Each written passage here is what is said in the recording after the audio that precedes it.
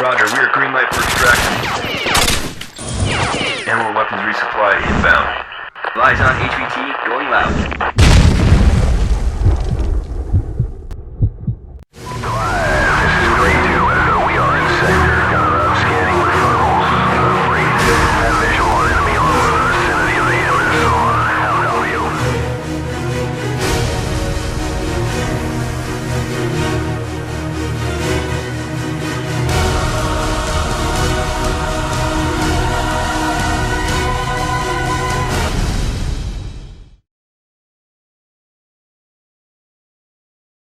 Hey everyone, welcome back to another episode of MaxSplat Training. Today we are going to start a two-part series on CQB.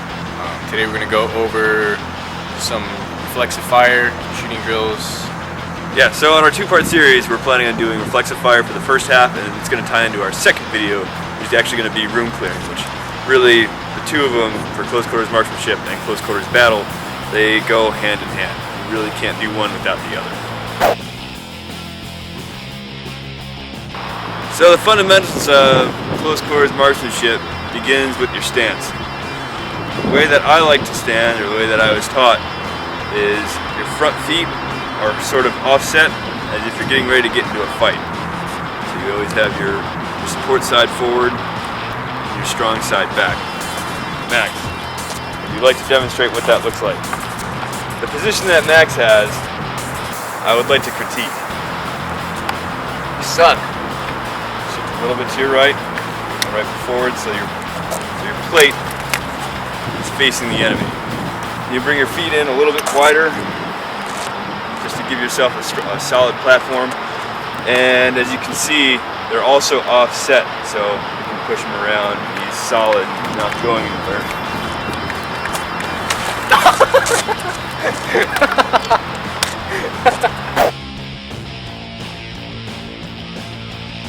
So now that we've gone over your stance and fighting position, now we're going to go over some basic weapons manipulation. There are two basic ready positions for your rifle. You have your low ready, just like this, with your muzzle down, looking over the target. It gives you a chance to instantly react. You have your high ready, your muzzle is up, and you're still able to scan for threats. And if one just happens to show up, very, very easy, it gets you on point, fast. So now that we know our fighting position, and we know our weapons ready stance, now it's time we can actually dive into the function of the drill. Please step forward to the target. Go ahead and take up a fighting position.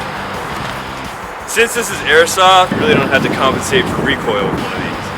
Pretty much you can get into whatever fighting position you want that's going to be comfortable for you. So, the way that a basic drill would work is Max starts from the low ready. As soon as a threat pops up, he indexes his rifle on the target, goes from safe to semi, sends 2 rounds down range, does a search and assess, and then goes back onto safe. Now that you have your stance and you have the steps that it takes to get to your shooting position and actually engaging a target, you can pretty much mix and match that any way you want when it comes to your drill. We encourage creativity.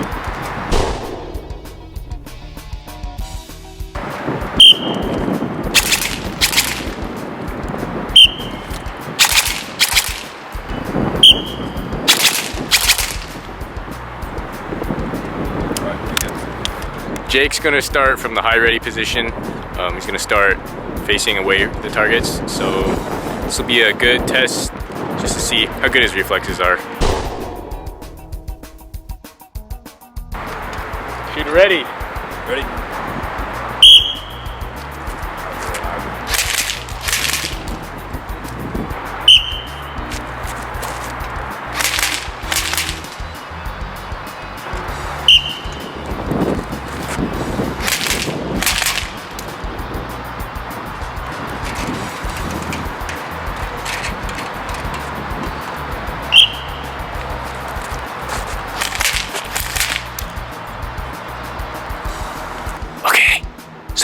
doesn't know what the setup is, and he's gonna transition to his pistol because I emptied his mag.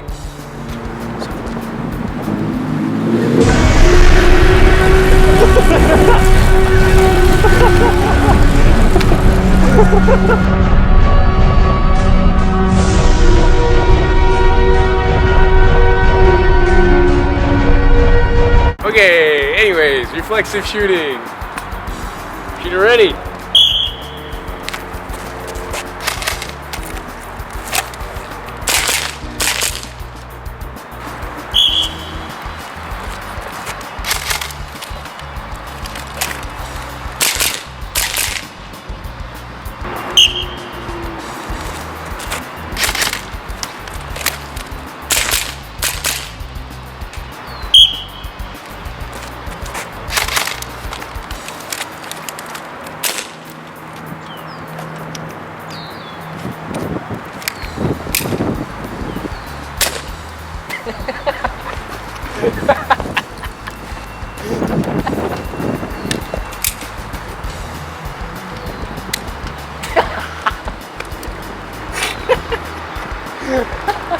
This is awkward.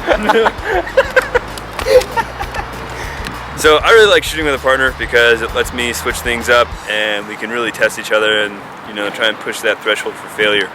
As far as shooting drills go, that was just a very basic glimpse of what you can do. It's really on you as the player or the shooter or whichever to, you know, find your own threshold, get creative with your drills, you know, find a way to improve how fast your reflexes are in different scenarios. So the sky is the limit. So thanks for joining in on another episode of MaxSplat Training. Shut up, I wasn't even in this one.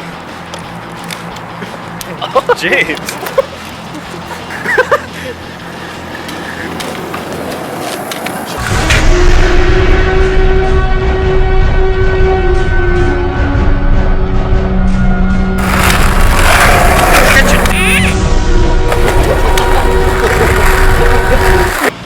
Anyways, So stay tuned for our next episode about room clearing.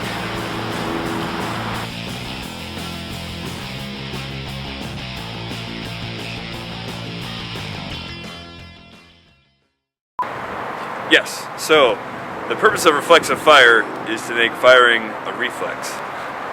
hence reflexive fire. The purpose of a reflexive fire.